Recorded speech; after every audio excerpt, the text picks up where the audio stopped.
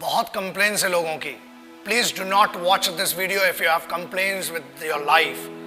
Reason ये है, comfortable जो लोग हैं प्लीज ना देखें. छोटे और कमजोर दिल वालों के लिए मैं बात ही नहीं करता हूं. See generally now youngsters, youth और anybody in this country, specially Bharat में बड़ी शिकायतें आई हैं कि यार हमें ये नहीं मिल रहा, वो नहीं मिल रहा, हमारे पास कंफर्टेबल लाइफ नहीं है. What do you know about the problems? The guys, those who face the highest trouble and the biggest problems of this country, the least paid by the government, but has the biggest pride to be called the soldiers of this country and soldiers of Indian Armed Forces. मैं उन सिपाहियों की बात कर रहा हूं. Example, जब ये वीडियो देख रहे हो ना, तब हजारों लोग वहां सियाचिन ग्लेशियर में, शायद आधों को तो नक्शा भी नहीं पता होगा, सैन फ्रांसिस्को ऐसा बता देते हैं मैप पे आजकल बच्चे.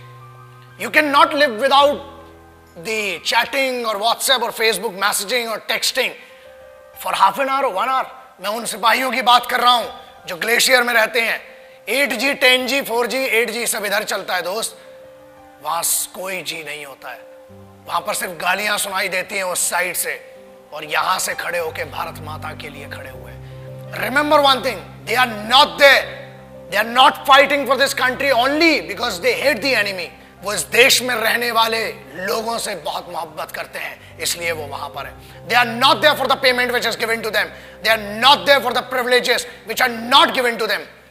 Privileges are given to you. The facilities are given to you. फिर भी इतनी कंप्लेन्स.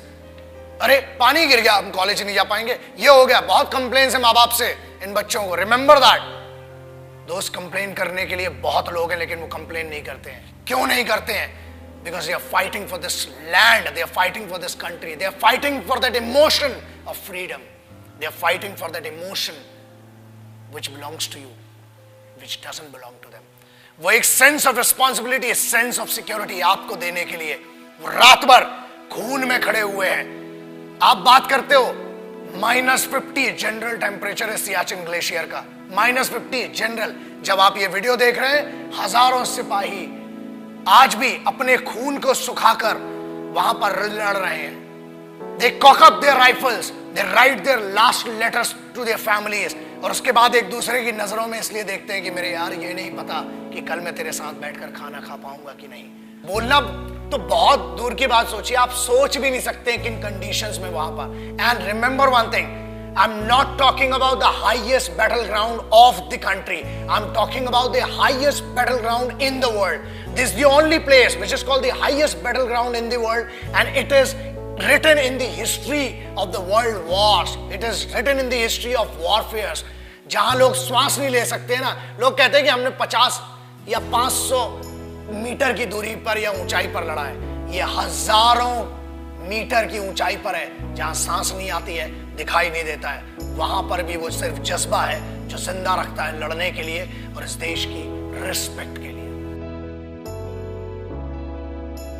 किसी बेवकूफ गद्दार ने भी बीच में कुछ कहा था कि Indian army is rapist in Jammu and Kashmir. अरे बेवकूफ, फौज रेप करती है ना तो हथियारों से करती है, और होल होके तुम्हारा रेप निकलेगा.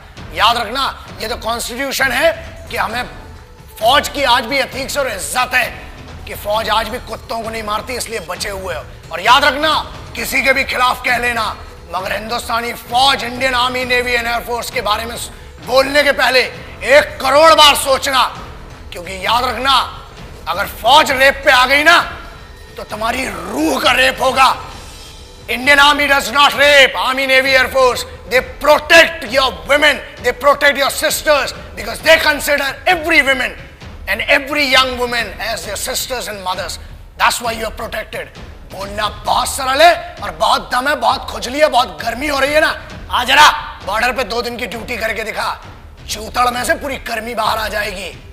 अक्टूबर 1947 देश अभी आजाद ही हुआ था कि हम पर तो जंग थोप दी गई. But who did that? Let's talk about that. I'm talking about first unit of Sikhs, the first battalion of Sikh, one of the most elite, one of the most respected and decorated regiment of the Indian Army, called the Sikh regiment. And this is a wonderful story. The guys whom I'm talking about, the finest warriors, the finest Khalsa warriors, वो खालसे थे जिन्हें airlift किया गया था 1947 में जब लश्कर troops ने attack किया था हमारे ऊपर. And they were the guys which were led by a Muslim commanding officer. That makes me feel that pride of being an Indian. एक ऐसी सिखों की पूरी पलटन जिसे एक मुस्लिम कमांडिंग ऑफिसर ने लीड किया. And this has gone in the history of Wars. दुनिया में कभी भी इतना खतरनाक ऑपरेशन नहीं हुआ. और उस सिख रेजिमेंट ने they protected the guys. And whom did they protect? The bigger question is that. याद रखिए, फौज कभी ये नहीं पूछती और ना ही उनने 1947 अक्टूबर में पूछा कि हम हिंदुओं को बचा रहे हैं कि मुसलमानों को, कि सिखों को, कि ईसाइयों को. हम हर उस इंसान को बचा रहे हैं जो भारत में पैदा हुआ है, जो एक हिंदुस्तानी है, जो एक भारतीय है. I am talking about the organisation which in none of the cases can be called corrupt or can be called manipulated organization. The most pious and the most respectful organization of this country, the institution of this country, is called the Indian Armed Forces. So that's why I always say respect our forces, because they are the actual protectors and actual sons of this country. Jai Hind, Vande Mataram.